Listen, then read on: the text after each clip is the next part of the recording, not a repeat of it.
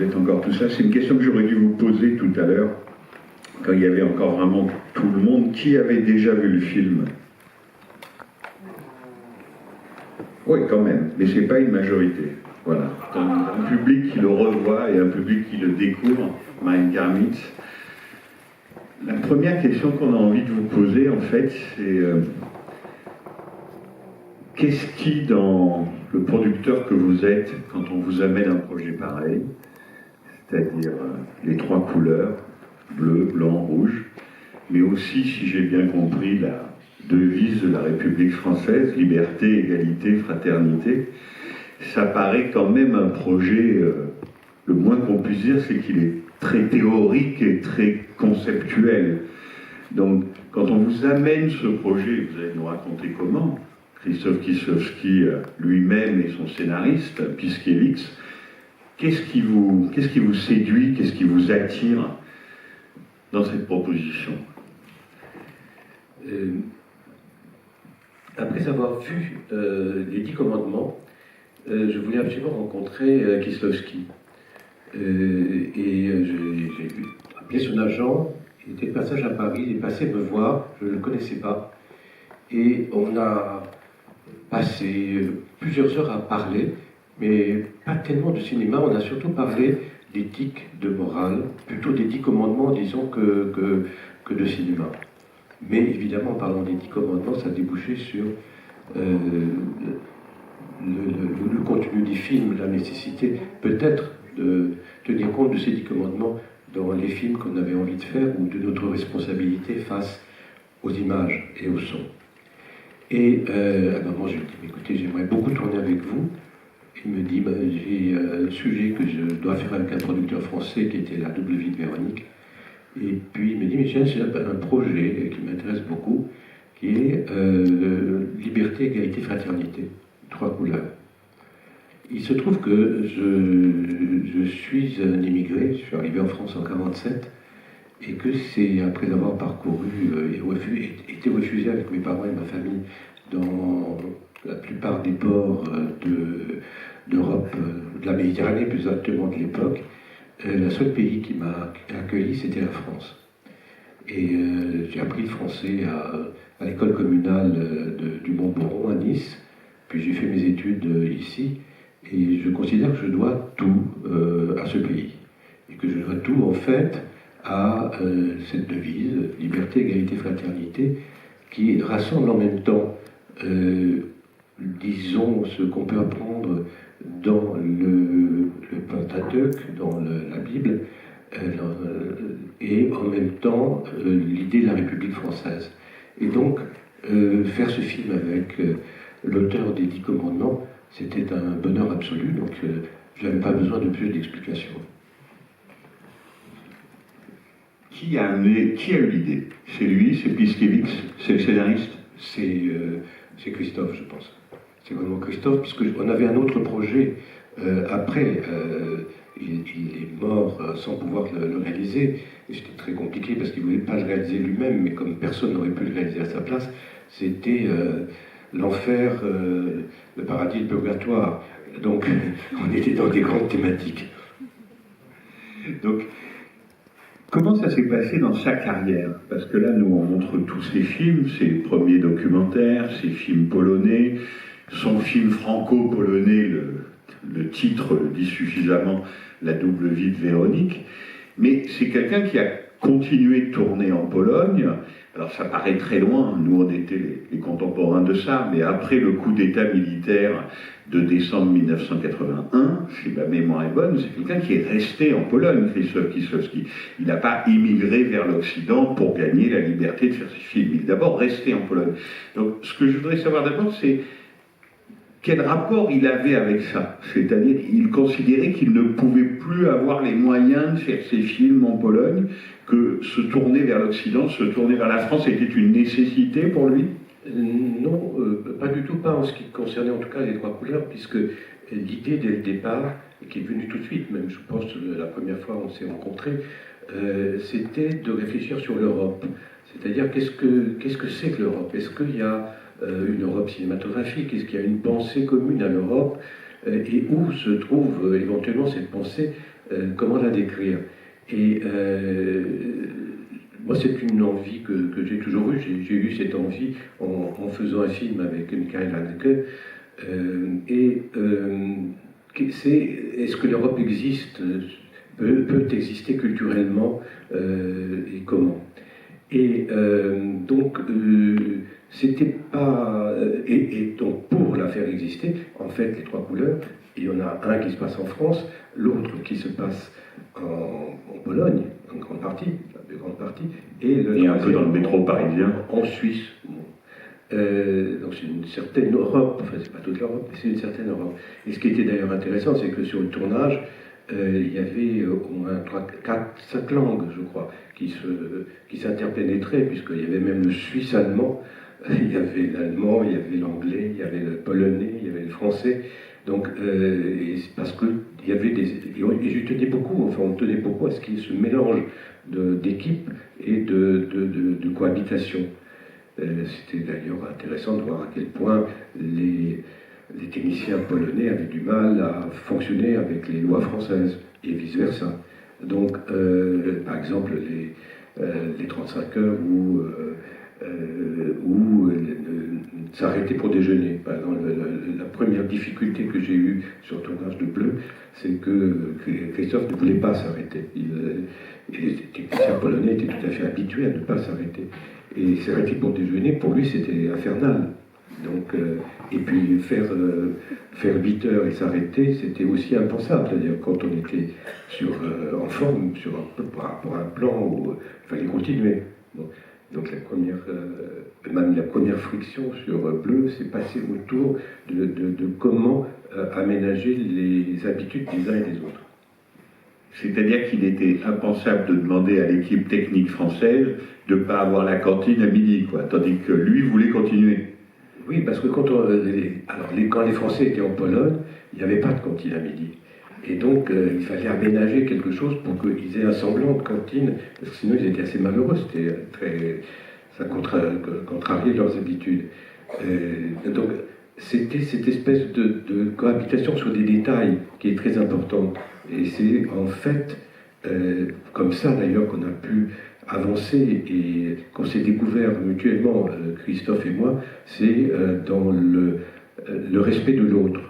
Là, on vient de voir un film qui pose, c'est un des problèmes que pose, je pense, ce film rouge, c'est le regard vers l'autre, le respect de l'autre, l'écoute de l'autre, etc. Et ça, c'était aussi un des éléments constitutifs du film, c'est-à-dire que comment travailler ensemble, comment se respecter. Alors justement, comment travailler ensemble? Qu'est-ce qu'il attendait, lui, Krzysztof Kieślowski, d'un producteur? C'est-à-dire que le producteur, pour lui, c'était quoi? C'était un partenaire de travail, c'était quelqu'un qui devait réaliser un tour de table financier pour lui permettre de réaliser ses rêves, c'était un interlocuteur, un allié, enfin, quelle était son attente? Je crois qu'au départ, il ne savait pas. Il ne savait pas, puisque je crois qu'en Pologne, ce n'était pas du tout les mêmes conditions de production d'État, avec laquelle il fallait sans arrêt il fallait louvoyer, il fallait essayer de mentir pour obtenir un certain nombre de choses. Il a fait de la télévision, justement, parce que il y avait peut-être plus de liberté à cet endroit-là. Et en France, il n'avait aucune expérience d'une production européenne. Et il a eu, en fait, je crois, une très mauvaise expérience avec la double vie Véronique, au point qu'il en est tombé malade. Et donc, quand il est venu, enfin, quand on a commencé à travailler sur Trois couleurs, il était extrêmement méfiant. Et il a fallu tout reprendre, c'est-à-dire qu'il fallait lui trouver une équipe. Donc une équipe pour 3 films, c'est extrêmement compliqué, parce que pendant 1 an et demi, des techniciens se coupent de leur métier. Et donc disent non. C'est-à-dire que les 3 films ont été tournés à la suite. Et il n'a jamais été considéré qu'on pouvait les tourner autrement. Si, là, je lui ai posé la question, j'ai retrouvé des notes de préparation des tournages. J'ai immédiatement posé la question s'il souhaitait tourner et terminer, recommencer, etc. Il n'a pas voulu. Il a voulu vraiment tourner à la suite avec les mêmes équipes, avec la même équipe en gros, et montait en même temps qu'il tournait, c'est le tournage avancé. Donc il a tourné Bleu, en fait, pendant le tournage de Rouge. Donc c'était un travail très nouveau, y compris pour des techniciens français. Comme je voulais, par exemple, qu'on prenne un ingénieur du son, qui était un extraordinaire ingénieur du son, et c'était un ingénieur du son extrêmement demandé, donc l'arrêter pendant 1 an et demi, c'était à le mettre au chômage après, parce qu'il disait non à toute une série de productions, et donc il n'était plus sur le marché. Donc c'était de la part des techniciens un vrai engagement. C'était pas simplement faire un film pendant 2 mois, quoi. Donc 18 mois de tournage, l'ingénieur du son dont on parle, c'est Jean-Claude Leroux, c'est ça, ouais. Oui, qui bien sûr lui était aussi l'ingénieur du son, attitré de certains cinéastes, mais qui n'ont pas pu l'attendre pendant 18 mois, donc il a perdu en fait des engagements. Et les chefs opérateurs, qu'est-ce qu'il a été décidé là-dessus? C'était le même? C'était des opérateurs différents? Alors dès le départ, on a discuté de l'équipe technique, qui était très importante pour lui. Il a accepté que je lui propose en gros tous les techniciens français. Mais il avait une condition absolue, c'était un opérateur différent par film. Et donc il y a 3 opérateurs différents. Alors qu'il y a le même ingénieur du son, il y a le même assistant, Emmanuel Finkiel, il y a les mêmes monteurs. D'ailleurs, il y a une des assistantes, qui est la monteuse de blanc, que j'ai retrouvée là dans la salle. Et si elle peut répondre aussi à certaines questions, ça serait bien. Ah, tu as parlé. Bon. Mais tu peux continuer. Et donc les opérateurs, c'était différent. 3 opérateurs polonais ou est-ce qu'il y avait des Français? Non, 3 opérateurs polonais. C'est-à-dire que pour le poste qu'on imagine peut-être le plus important pour lui, on se souvient que pour le Décalogue, par exemple, il dit ça dans son livre, Christophe Kieslowski, pour les 10 épisodes, il y avait 7 opérateurs, tous polonais. Il voulait un différent pour chaque, et puis finalement, il n'y était pas arrivé. C'est-à-dire que pour ce poste technique-là, il lui fallait quelqu'un dont il parlait la langue déjà. La langue, et puis une habitude de travail déjà. Là il avait besoin d'être totalement en confiance. Mais par exemple, les équipes techniques de machinistes ou électriciens, là, ils étaient suisses. Donc, ils parlaient plutôt suisse à nous. Et donc, qu'est-ce que ça veut dire en termes de production? Parce que ça veut dire qu'on ne se retrouve pas à produire un seul long métrage, mais 3 à la fois. Donc, peut-être que ça ne coûte pas exactement 3 fois plus cher, mais ça coûte quand même très cher. Non, je crois que le prix est le même, parce que je ne pouvais pas demander des réductions et des prix de gros aux techniciens. Donc, ils étaient payés normalement, bien sûr. Et non, ce qui était important, c'est ce que moi je pouvais, et nous, les Français, ce qu'on pouvait lui apporter, c'était justement des choix de techniciens justes.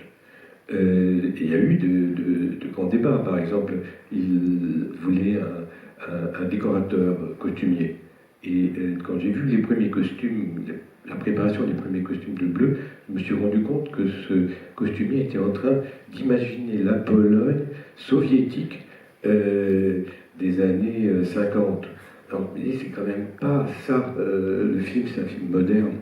Et donc, j'ai obligé, enfin c'était très gênant parce que c'était un grand décorateur, grand costumier. J'ai dit non, on prend quelqu'un d'autre. C'était pareil pour l'ingénieur du son, etc.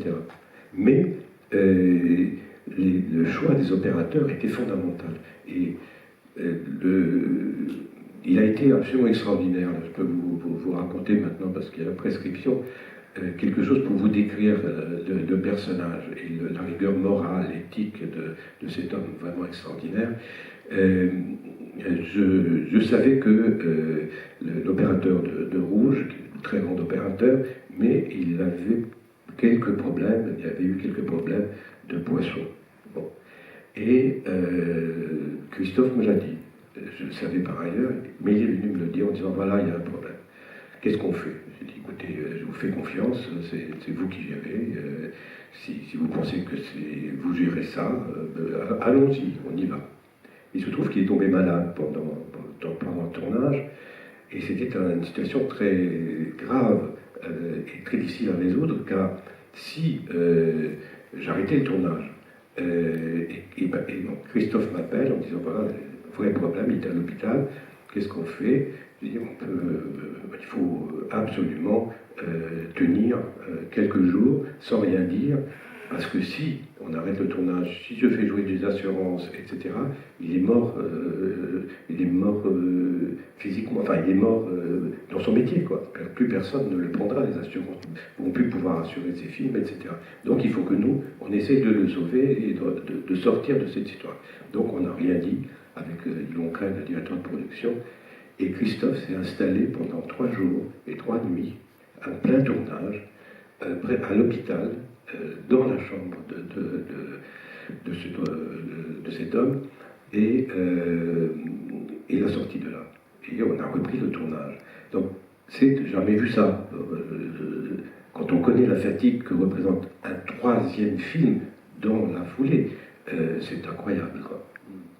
Oui, parce que là, c'était vraiment un problème d'alcool, c'était une sorte de coma éthylique, et donc il a fallu attendre qu'il soit remis sur pied. Ouais.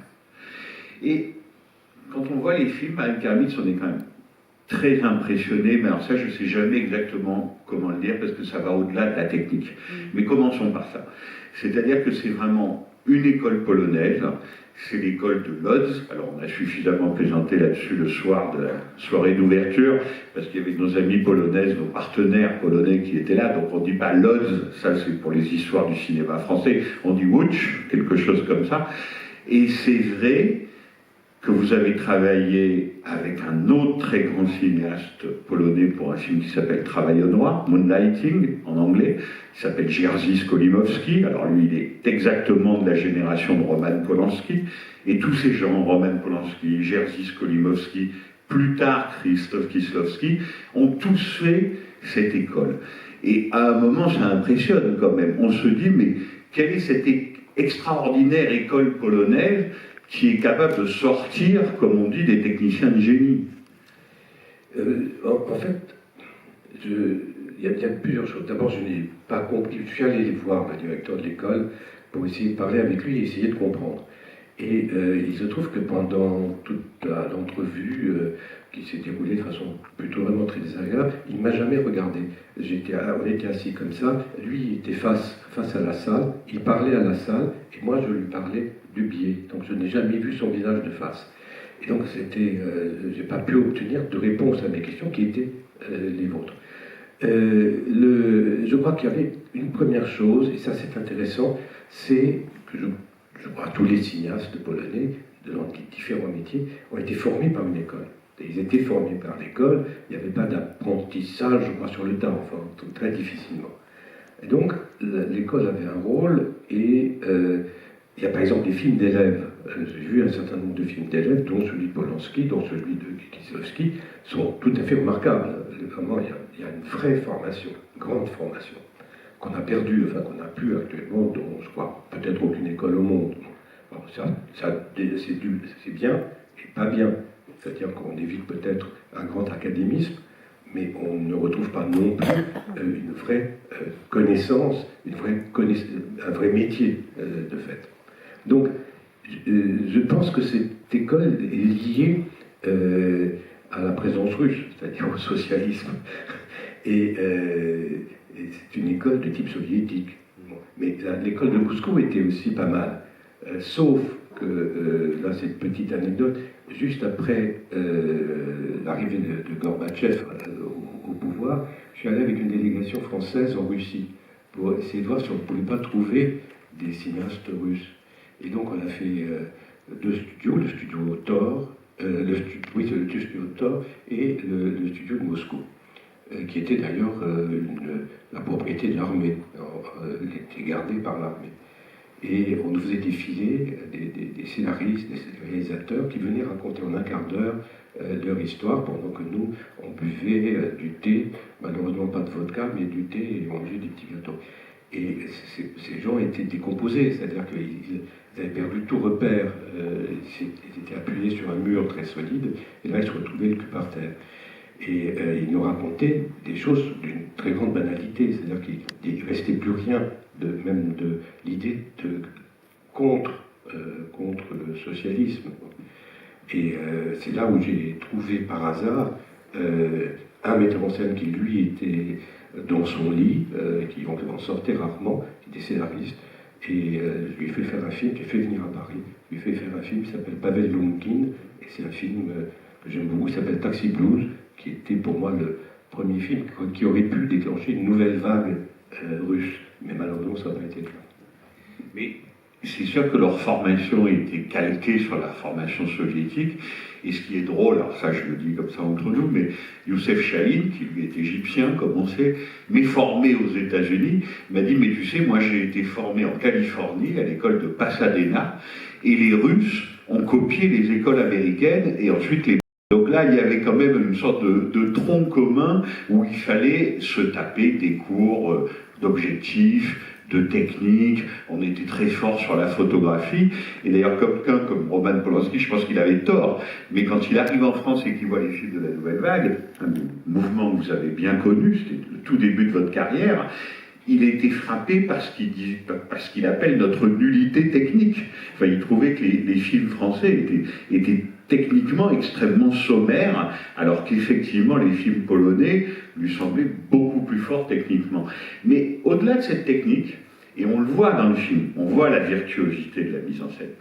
Comment vous expliquez que quelqu'un comme Jean-Louis Trintignant, qui est au-delà de tout éloge dans le film, mais vous a écrit à vous, et l'a déclaré à peu près à qui voulait l'entendre au moment de la sortie du film, de Rouge, et il en avait vu d'autres, Trintignant. Il disait « Je n'ai jamais vu un cinéaste aussi fort que Kieslowski. Qu'est-ce qui s'est passé là qu'est-ce qui pouvait l'impressionner autant ?» Et il avait tourné Trintignant avec Romer, Bertolucci, enfin on ne va pas faire toute sa carrière, mais avec les plus grands. Il trouvait que Kieslowski, sur son plateau, maître de son plateau, il n'avait jamais vu ça. Oui, il avait aussi fait 2 films avec moi, dont Le Bon Plaisir et puis un film de Tanner.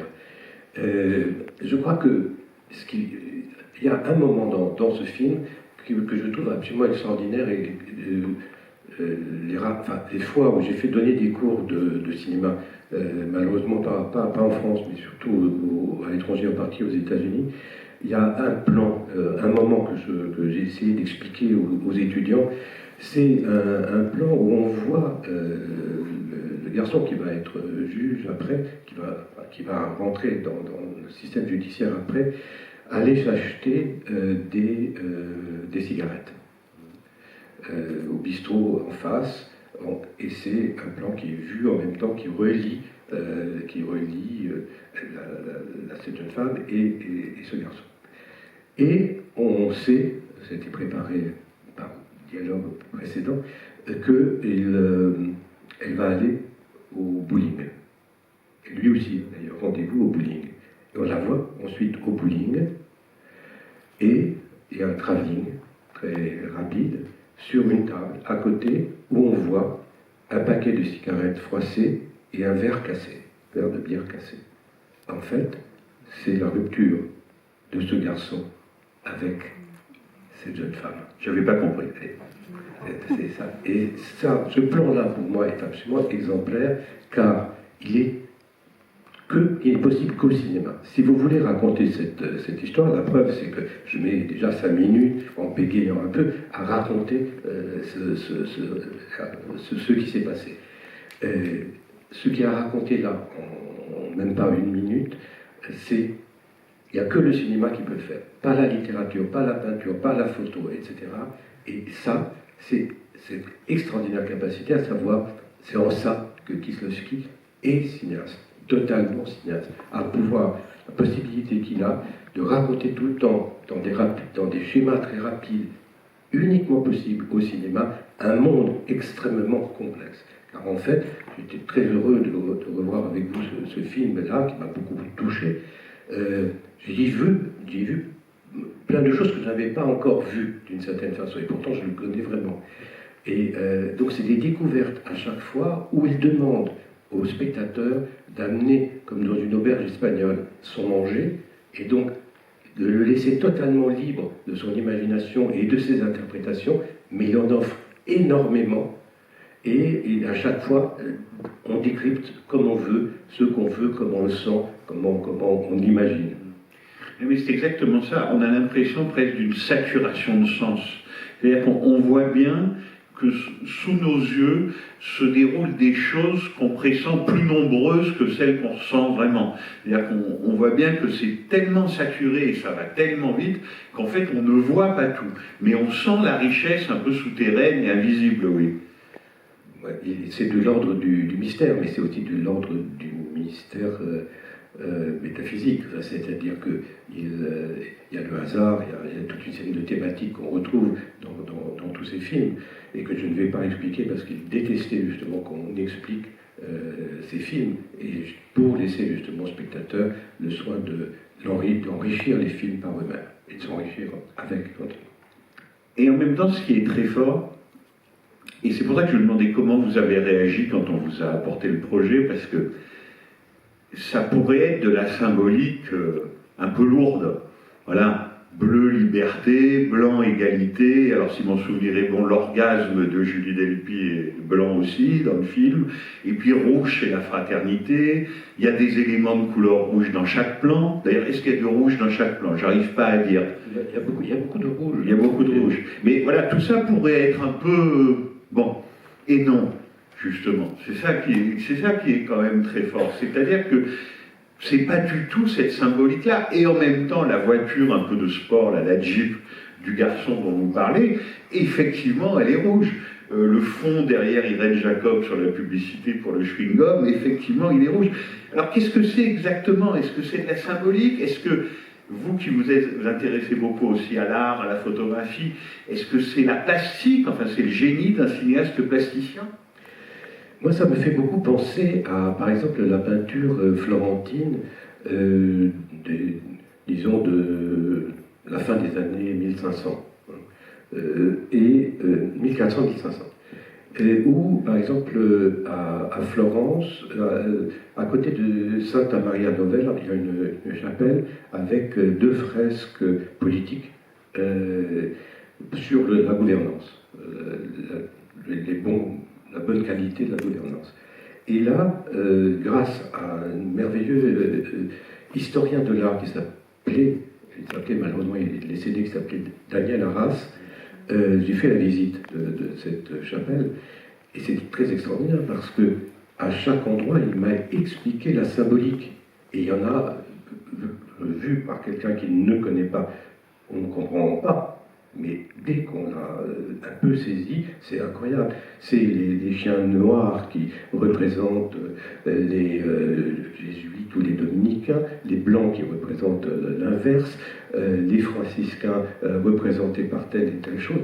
Et tout est symbole, mais tout ça est dans un contexte qui vous raconte une histoire républicaine, de fait, comment on gère Florence. C'est l'élément. Et ce qui est très étonnant aussi, alors le soir de l'ouverture, Irène Jacob nous a fait l'amitié d'être là pour présenter la W de Véronique. On a tous les deux fait un petit discours. C'était rigolo parce que moi j'insistais sur la matérialité de son cinéma. Je trouve que c'est vraiment un cinéma de la vie matérielle. Comme disait Marguerite Duras, on se cogne aux objets, enfin le monde est consistant. Et Irène Jacob, elle a dit tout le contraire. Elle a dit que c'était un cinéma de la transcendance, des correspondances mystérieuses entre les êtres, un cinéma métaphysique. Et j'ai un peu l'impression qu'on a raison tous les deux, ou tort tous les deux. En fait, les deux discours se complètent. Mais je crois surtout que les deux discours sont à l'intérieur, et qu'il y a différents niveaux de discours. Et c'est pour ça que c'est très intéressant de laisser chacun, et c'est très important de laisser chacun s'imprégner du film et de faire son propre discours. Moi, je peux vous en faire là ce soir. J'ai vu d'autres choses parce que je travaille sur ces thèmes-là en ce moment, autour de la notion de l'autre, du respect de l'autre, du visage, etc., etc. Donc, chacun peut faire son film. Et quand vous racontiez tout à l'heure, parce que vous aviez déjà dit ça dans des interviews, ça m'a beaucoup frappé, parce qu'honnêtement, je n'avais pas pensé qu'un producteur s'occupait de ce genre de choses.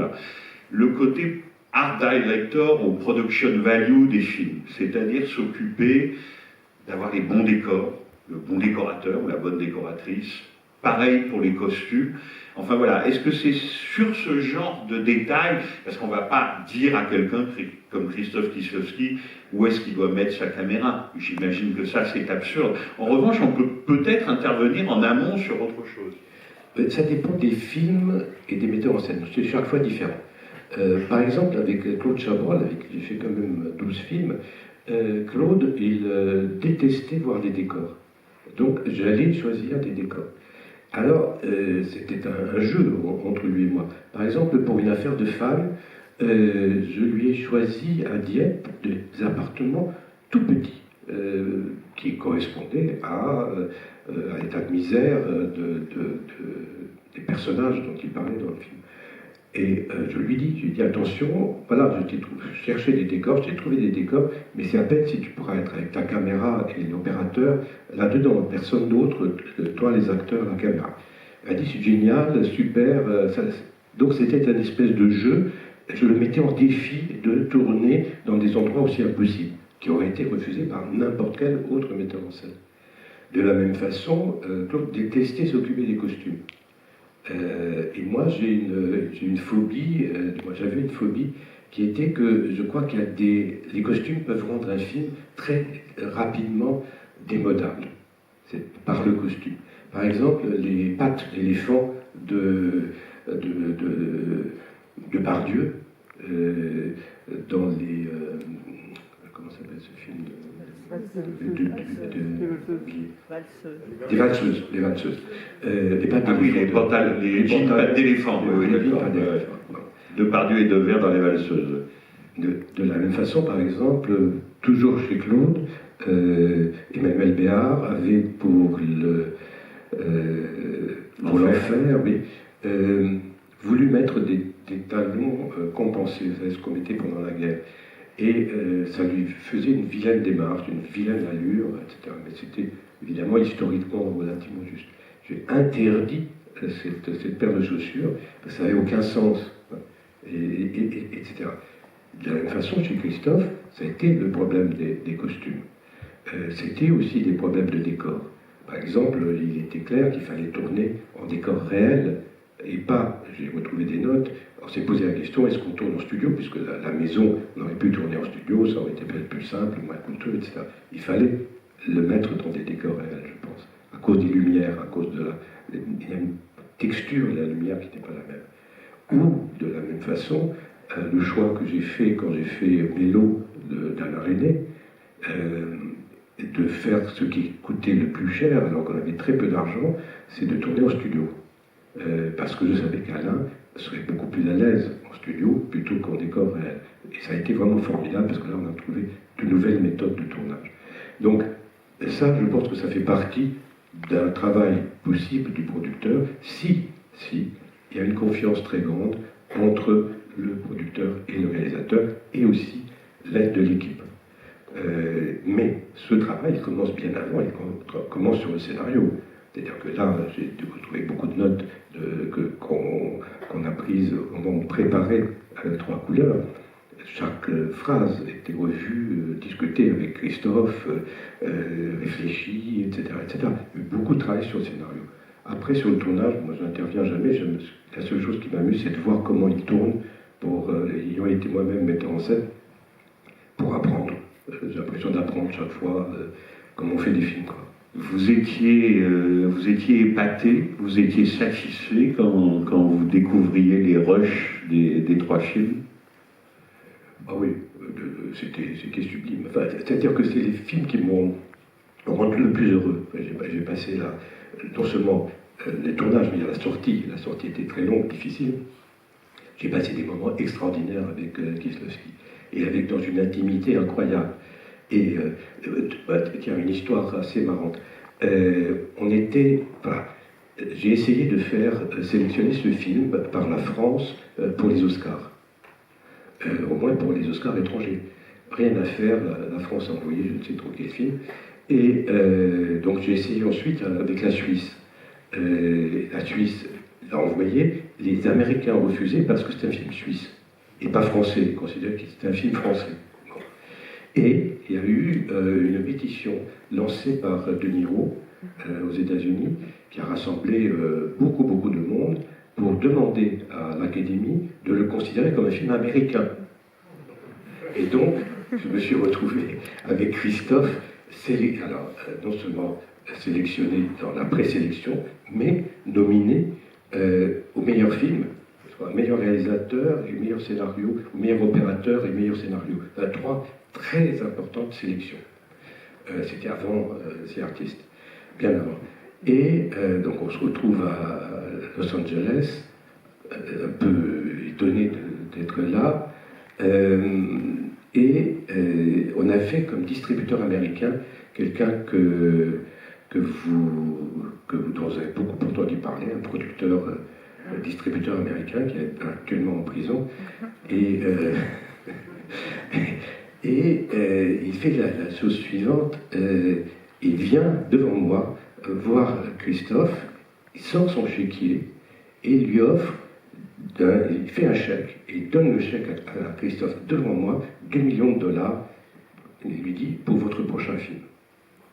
Bon, Christophe, un peu perplexe, il dit bah écoutez, nous verrons ça plus tard. et donc on assiste à cette cérémonie qui est complètement extravagante des Oscars, je vous raconterai une autre fois, et Christophe revient à Paris après Los Angeles, il vient me voir, me dit ah, qu'est-ce que tu as fait, tu as accepté le chèque, tu vas faire un film avec Weinstein. Donc il me dit non, pas du tout, je viens signer avec toi. Mais tu sais, c'est hors de question que je t'offre une somme comme celle-là, parce que si je l'avais, même si je l'avais, je ne te la donne pas, parce que je te tue avec une somme comme ça. Tu feras un mauvais film. C'est pas fait pour toi, ça. Ça, c'est fait pour les autres. C'est fait, laisse, je sais pas, il y a plein d'Américains qui peuvent faire ça, mais pas toi. Et il me dit, mais ça, j'ai bien compris, et je viens signer avec toi. Et on a signé $200 000, j'ai le contrat, donc 10 fois moins, pour cette trilogie qu'on n'a pas pu tourner à cause du décès de Christophe.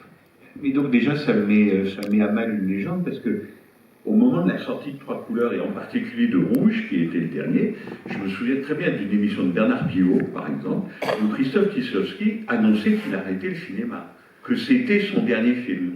Oui, alors là, c'était absolument fascinant. Il a absolument dit, enfin, il a dit ça devant moi au Festival de Berlin quand on montrait Blanc. Blanc d'ailleurs a été privé. Rouge n'ayant eu aucun prix en France, puisque au Festival de Cannes, c'est Pulp Fiction qui a eu la Palme d'Or, c'est-à-dire l'opposé du cinéma de Christophe. Et donc, il se retrouvait avec ses propos un peu actifs, à mon avis, et donc il vient me proposer cette nouvelle trilogie dans les conditions suivantes. On doit choisir ensemble le réalisateur. Il voulait que ce soit un jeune réalisateur. 2, l'ensemble de l'équipe technique doit être choisi, mais ensemble, à 50-50. D'accord ? Bref, tout ce qui concernait les films devait être fait ensemble, à 50-50. S'il y avait une opposition, c'est l'opposant qui gagnait. C'est-à-dire s'il disait non, c'est le non qui gagnait. Situation tout à fait impossible. Impossible de trouver un réalisateur à qui on impose les acteurs, le scénariste, les équipes techniques, etc. Enfin, aucun réalisateur digne de ce nom, ce qu'il souhaitait avoir, et moi aussi, n'aurait accepté. Bon, je parle des noms qu'il citait, évidemment, aurait refusé tout de suite. Donc ça signifiait qu'en fait, il se réservait le droit, lui, de faire les films. Mais contraint et obligé par une réalité qu'il avait suscitée, évidemment. Mais, donc il y a toujours ce côté théorème, en fait. C'est-à-dire que non seulement il y a des thèmes, non pas arbitraires, mais qu'on peut trouver très conceptuels quand même, voire même ésotériques. Donc là, c'était enfer, paradis, purgatoire. C'est quand même de plus en plus ésotérique, hein. Les 10 commandements, les 3 couleurs, enfer, paradis, bon, d'accord. Et en plus, le théorème de la fabrication du film, de la production, c'est-à-dire presque s'imposer des sortes de contraintes, quoi. Vous avez tout à fait raison. C'est justement moi ce qui me plaît énormément, et ce qui me fascinait chez Christophe, c'est, et je pense que c'est extrêmement important dans tout acte de création, c'est comment maîtriser la contrainte. Que faire avec la contrainte? Si on pense qu'il n'y a pas de contrainte, c'est une vaste erreur, c'est une absence totale de modestie, et c'est comme ça qu'on se plante. Et là, la contrainte et la maîtrise de la contrainte permet de créer. Et c'est très compliqué, très difficile, dans la vie en général. Dans ce film, c'est un film sur la contrainte, d'une certaine façon. Mais c'est capital. Par exemple, avec René, ce qui a été formidable dans Mélo, et pourquoi on a réussi à ce point, je crois, Mélo, c'est à cause de la maîtrise des contraintes, qui était vraiment innombrable. Et par ailleurs, alors je me suis dit ça, parce que là, on peut entrer un peu dans le film, mais vous avez raison, il y a énormément de pistes. Mais je me suis dit, à un moment, c'est un film sur l'intervention. Est-ce qu'on a le droit d'intervenir dans la vie des autres, quand même? Est-ce qu'on a le droit de s'occuper des autres? Très bien. Il faut peut-être aider la vieille dame à mettre sa bouteille de verre dans le collecteur. C'est le genre d'intervention, oui, ou sauver un animal, ou sauver quelqu'un. Mais entrer dans la vie des autres par effraction et intervenir dans leur vie. Et en même temps, je me disais, ben ma foi, Trintignant dans le film, qu'est-ce que c'est d'autre qu'un metteur en scène? Un metteur en scène peut-être très malheureux, et il a l'air quand même très malheureux, et à la fin on comprend pourquoi, mais un metteur en scène quand même, enfin quelqu'un qui tire les ficelles. Oui, mais c'est aussi, je crois, un homme totalement fermé aux autres, totalement refermé sur lui-même, fermé aux autres, égoïste, qui écoute, mais il n'en fait rien. Et peu à peu, cette femme l'amène à redevenir homme. À redevenir homme, ça veut dire écouter les autres. Il refuse la vie. Il refuse la vie, la sienne et celle des autres et celle même du chien. Il le dit dès le début. Il le dit, je ne veux rien. Je ne veux rien. Et peu à peu, il découvre la vie. Et donc il découvre les autres en se dénonçant lui-même. Donc c'est extrêmement, évidemment, complexe, mais passionnant.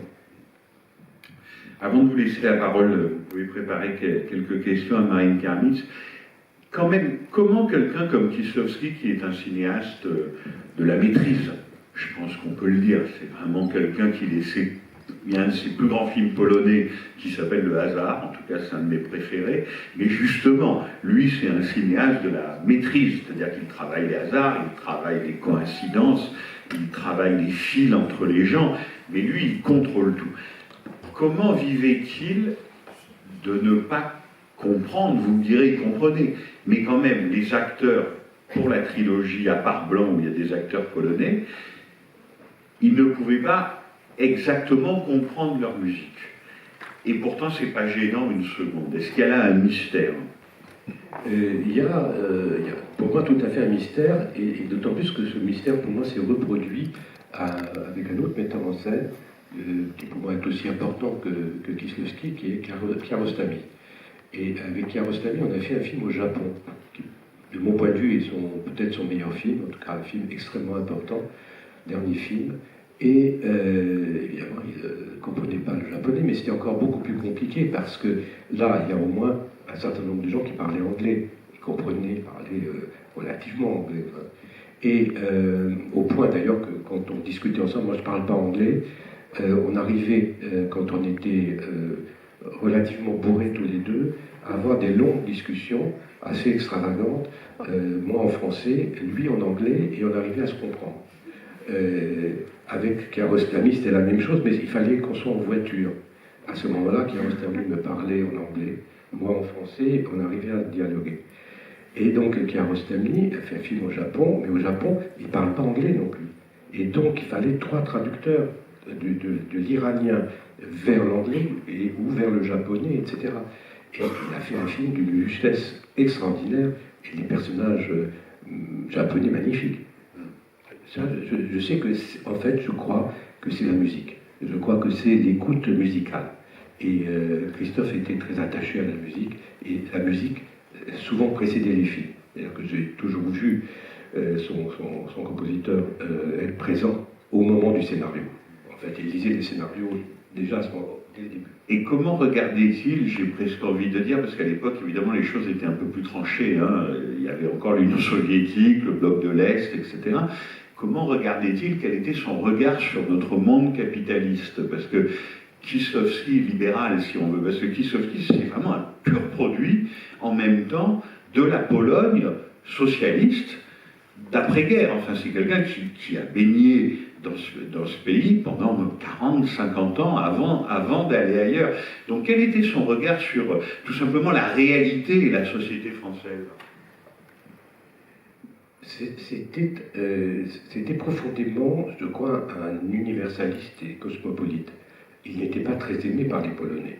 Hein, les trois couleurs n'ont pas été aimés par les Polonais, peut-être maintenant plus, mais à l'époque, c'était le pays qui a le moins bien accepté ces films.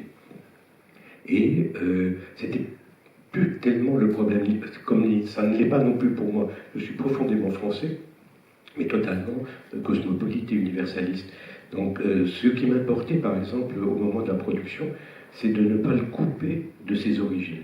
C'est-à-dire qu'il reste polonais et que c'est à partir de la Pologne qu'on fasse un film en France, donc un film d'une certaine façon polonais en France, ou un film polonais en Suisse, etc.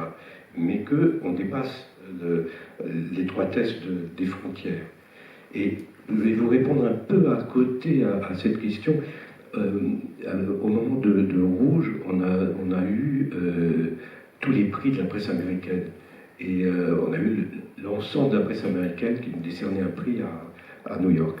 Et c'était assez ennuyeux, si ce n'est que je crois que c'était Kirk Douglas qui venait nous le remettre. Non, Paul Newman qui venait nous le remettre.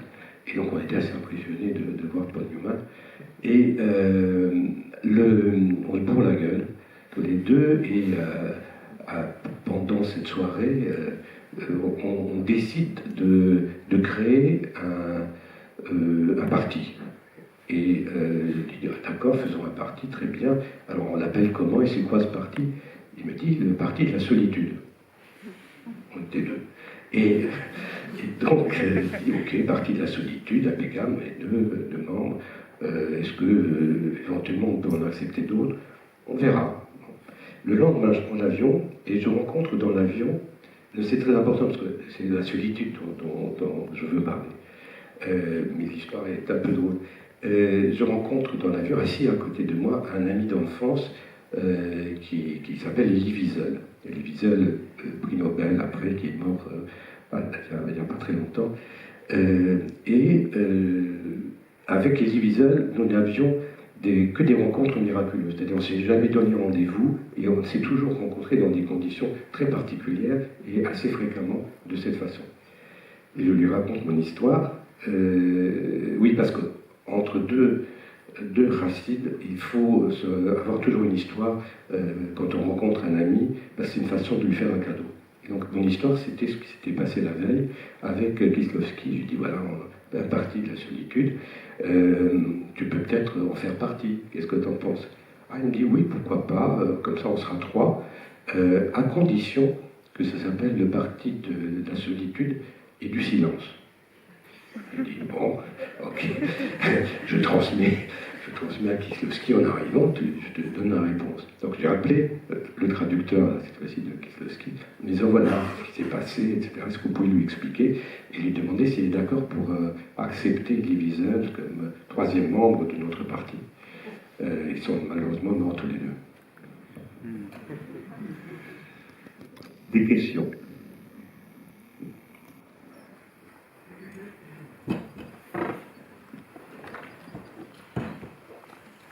Oui, monsieur. Bonjour. Merci déjà de votre présence. Je voulais savoir si vous avez rencontré d'autres réalisateurs par la suite qui avaient le même courage de proposer 3 films ou plusieurs films successifs, et si ce serait encore possible aujourd'hui de ce type de situation. De réponse. Non, j'ai rencontré personne après. J'ai rencontré malheureusement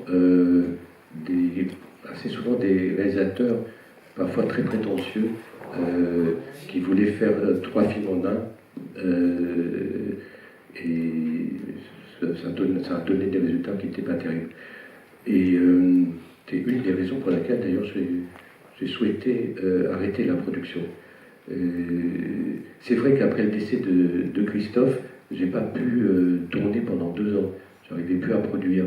C'est-à-dire que une production telle que moi je les conçois, telle que moi j'ai concevé, c'est une implication très profonde. C'est une vraie histoire d'amour avec quelqu'un. Et avec son métier, avec son talent, avec son génie. Et c'est très difficile de s'en séparer. Et c'est une voie comme la mort de Kieslowski a été très très douloureuse pour moi. Et donc j'ai pas tellement eu envie de tourner après, parce que si j'ai tourné avec Kiarostami, c'était des vieilles habitudes qu'on avait ensemble, et donc c'était autre chose, c'était un domaine réservé. Et je crois que c'est pas possible pour 2 raisons. Je crois qu'il n'y a pas beaucoup d'équivalents de Kieslowski actuellement dans le monde. Il n'y en avait déjà pas beaucoup à l'époque. Et je crois qu'il n'y a pas non plus de possibilité de produire dans ces conditions. Parce que moi j'ai produit très librement, en utilisant toutes les contradictions du système capitaliste pour arriver à faire ce que je voulais, à être relativement libre. En tout cas, toutes les contraintes, on a essayé de les maîtriser. Et maintenant, ça devient très, très, très compliqué. Mais ceci dit, Samarine Kamis, on ne va pas entonner le refrain du C'était mieux avant, et c'est pas du tout votre truc, mais pour rebondir sur la question de monsieur, c'est vrai que peut-être le centre du cinéma, enfin, à cette époque-là, le cinéma était encore central, quoi. C'était encore très important dans la vie, dans la société, etc., etc. On a l'impression, et pas du tout que depuis la crise sanitaire, bien avant, que le cinéma est un peu moins au centre des choses, et que peut-être l'ambition du cinéma, 3 couleurs, la devise de la République française, cette histoire de fou, c'est quand même un moment où le cinéma se sentait lui-même encore très fort. Peut-être qu'il l'est un peu moins, effectivement. Je pense que ces films ont été faits dans les années 90. Et je crois que le monde a énormément changé au début des années 90 avec la chute du mur de Berlin. Et qu'on était tout de même à l'époque dans un débat idéologique Est contre Ouest, autoritarisme contre libéralisme, etc. etc. Et on était formés aussi à ces débats idéologiques ou politiques ou humains. Bon. La chute du mur de Berlin a entraîné la mondialisation de l'économie, la mondialisation des systèmes de communication. Et on s'est retrouvé devant une situation vraiment différente. Et on se retrouve maintenant avec des réseaux et Internet. Et donc il faut faire avec. Mais le problème, si vous voulez, qui me frappe beaucoup, c'est que nous posions en permanence la question du contenu. C'est pour faire quoi? Là, ce que je vois, c'est par exemple des réclamations financières permanentes de la part d'artistes, de la part de créateurs, sans jamais parler du contenu, sans qu'on parle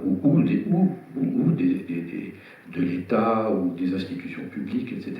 On parle d'argent tout le temps. On ne parle pas pour faire quoi, pour servir quoi, pour dire quoi. Et ça, c'est très déroutant. Enfin, en ce qui me concerne, c'est très déroutant pour moi.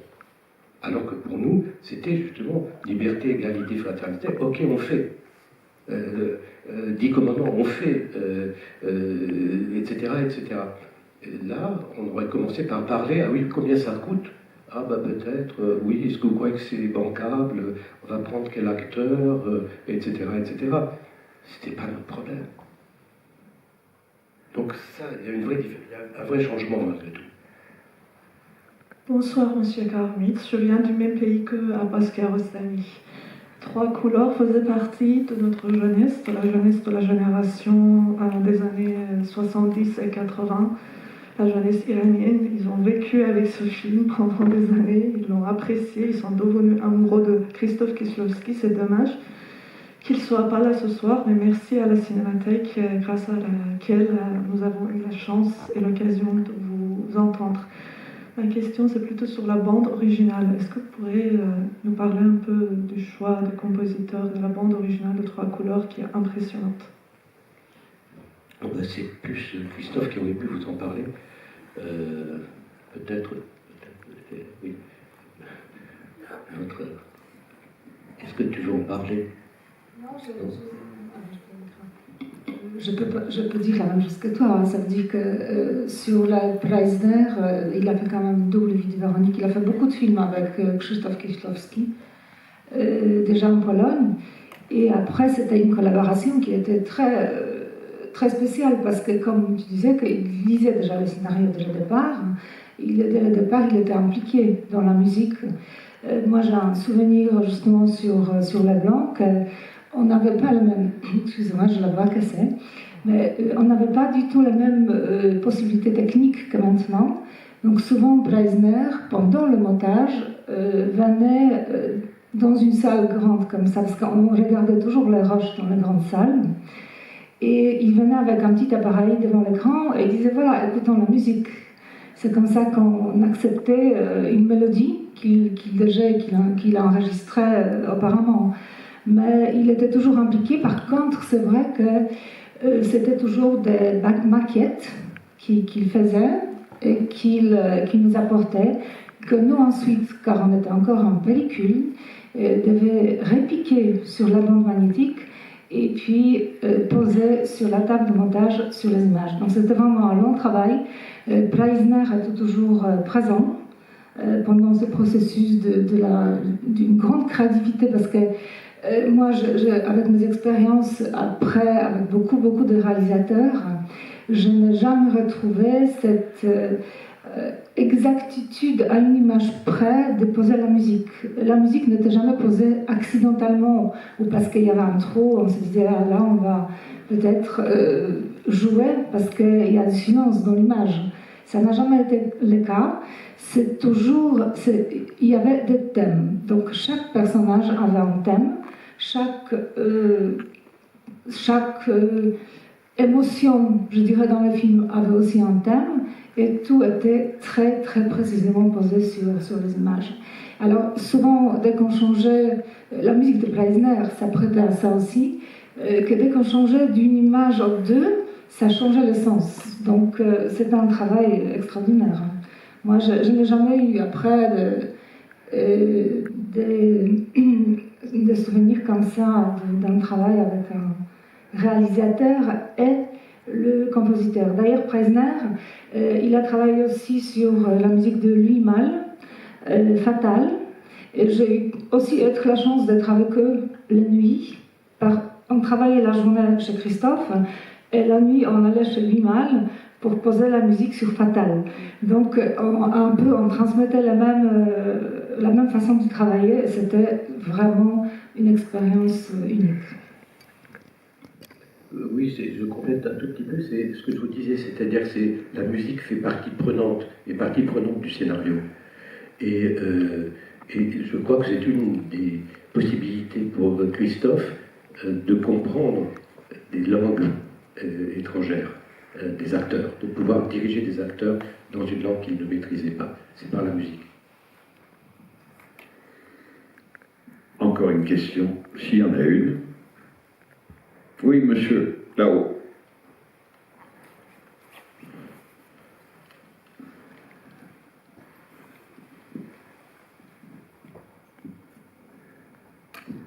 Bonjour. Moi, j'ai une question qui serait sur parmi les films que vous avez produits. C'est deux questions en une. Est-ce que vous pourriez nous donner l'exemple d'un film que vous avez eu l'occasion de produire, que vous n'avez pas produit et vous le regrettez après coup? Première partie de la question. Et seconde question, quel est le film que vous auriez adoré produire, mais ça ne s'est pas présenté tout court? J'ai arrêté 2 films avant le tournage. Un premier film avec Jean-Luc Godard. Je venais de faire Sauf qui peut la vie avec lui. On se connaissait très bien puisque j'avais été son assistant. Elle était l'assistant d'Agnès Varda dans Claude 5 à 7. puis l'assistant, et grâce à Claude 5 à 7, j'ai rencontré Jean-Luc et j'ai été son assistant pendant un certain temps. On avait fait mai 68 ensemble et j'ai produit Sauf qui peut la vie. On s'est très bien entendu, et c'est pas simple avec Jean-Luc, sur Sauf qui peut la vie, et donc on devait refaire un film ensemble.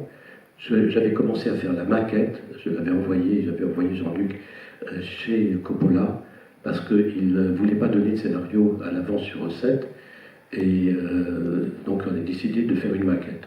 Et donc il est allé chez Coppola faire la maquette, avec Dean Tabularis, le décorateur de Coppola, et son opérateur aussi, comment s'appelait-il, Storaro, ouais. Donc c'est une maquette assez coûteuse. Enfin, c'est un scénario qui n'était pas simplement renéotypé en 50 exemplaires. Et puis, peu de temps avant le tournage, il commence vraiment à m'embêter, quoi. Et je sentais qu'il avait envie d'une rupture. Et que si je rentrais dans ce jeu de rupture, le connaissant quand même bien, j'allais planter le film. On allait se planter et on allait planter même notre relation. Et 2 semaines avant le tournage, je lui ai dit que je ne faisais pas de film. Et ça a été d'ailleurs extrêmement dur, aussi bien pour lui que pour moi, puisqu'on s'est mis à pleurer tous les deux. Et donc, je me souviens, on était dans les escaliers d'un bureau que j'avais, pas très loin, rue Racine, et on s'est mis à chialer tous les deux. Et j'ai pas fait de film, et ce film s'appelle Passion. Ce film a été fait, il s'appelle Passion, et c'est Alain Sartre qui l'a repris. Et la deuxième aventure, c'était avec Patrice Chéreau. Je voulais mettre ensemble, dans l'idée d'une école française, du néo-romantisme, je ne sais pas, on aurait pu l'appeler comme on voulait, je voulais mettre ensemble Doyon, Téchiné et Chéreau, disons qu'ils avaient des points communs. Donc ils ne se connaissaient pas, quasiment pas. Je les réunis un jour à la maison et je leur propose de prendre une thématique commune et de faire 3 films sur le même thème. Ils disent oui. Et